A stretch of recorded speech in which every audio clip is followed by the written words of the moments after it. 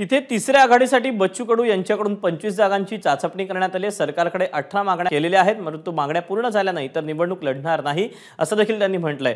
जातीय समीकरण जोडून एकत्र येणार नसल्याचं बच्चू कडूंनी म्हटलंय। जरांगे राजू शेट्टी एमआयएम सोबत चर्चा करणार असल्यावर एकमत झाल्यास एकत्र येणार असं देखील बच्चू कडूंनी म्हटलंय। त्यांच्याशी संवाद साधलाय प्रणय निर्माणनं।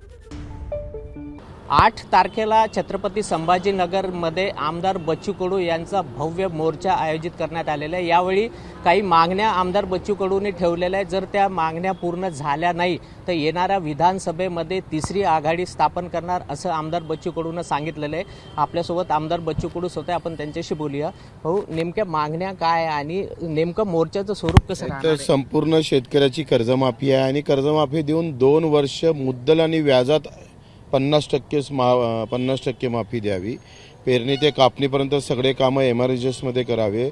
दिव्यांगांना जे भेटते तो 6000 रुपये महिना करावा आणि कष्टकऱ्यांसाठी योजना असावी। राज्यपालाचा बंगला विकावा आणि त्याच्यातून सगळ्या कष्टकरी लोक जे आहे, मग ट्रक चालक असेल, खाजगी चालक असेल, जे मेहनत करतं, ते हमाल असणार, हे सगळे कष्ट करणाऱ्यांच्यासाठी एक योजना आणली पाहिजे।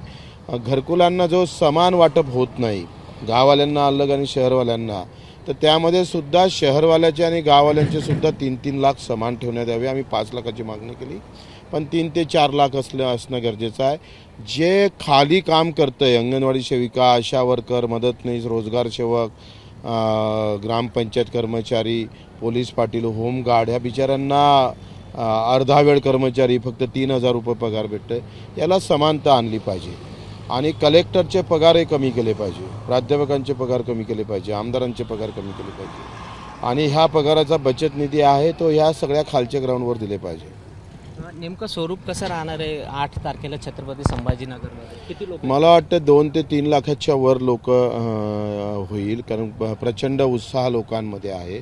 स्वतः वर्गणी करून लोक तिथं जमा होणार आहे आणि एक मोठा आक्रोश लोकांमध्ये सध्या आहे का जे अधिक काम करतं त्याला मरावं लागतं आणि काही काम न करता मात्र योजना येतात।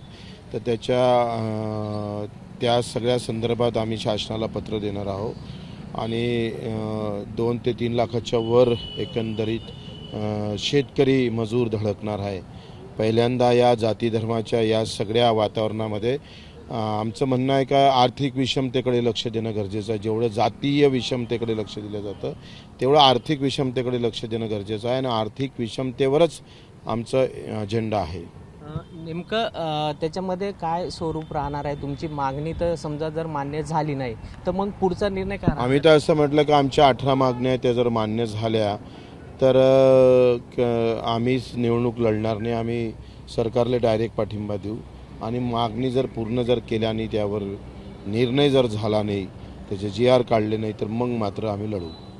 नेमकं लढणार असं तुम्ही घोषित केलं, पण त्याच्यामध्ये कोण कोण राहणार? कारण राजू शेट्टी एमआयएमची बैठक झाली, तुम्ही जरांगे पाटलाला भेटून आले, जरांगे पाटील, राजू शेट्टी, एमआयएम आणि बच्चू कडूंची प्रहार हे सगळं एकत्र येणार आहे का? खरं तर आम्ही जातीय समीकरण जुळणारे किंवा तशा प्रकारचं काहीतरी असं होईल अशा पद्धतीनं आम्ही जाणार नाही। मुद्द्यासंदर्भात जर एकत्रित आले सगळे, आमचे जे मुद्दे आहेत त्याच्यावरच आम्ही एकत्र बसू, अन्यथा आम्ही बसणार नाही। आम्ही वेळ आलं तर एकटा लढू, पण मुद्दे महत्त्वाचे आहे।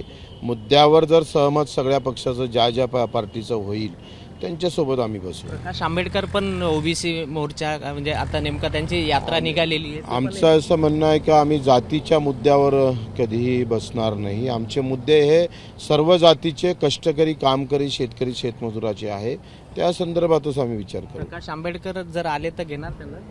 मला वाटतं आम्ही इतकं मोठं नाही आहे, त्यांना आम्ही घ्याव का आम्ही त्यांच्यात जाव? आम्ही एवढे मोठे तर नाही आहे, तो त्यांचा प्रत्येकाचा प्रश्न आहे।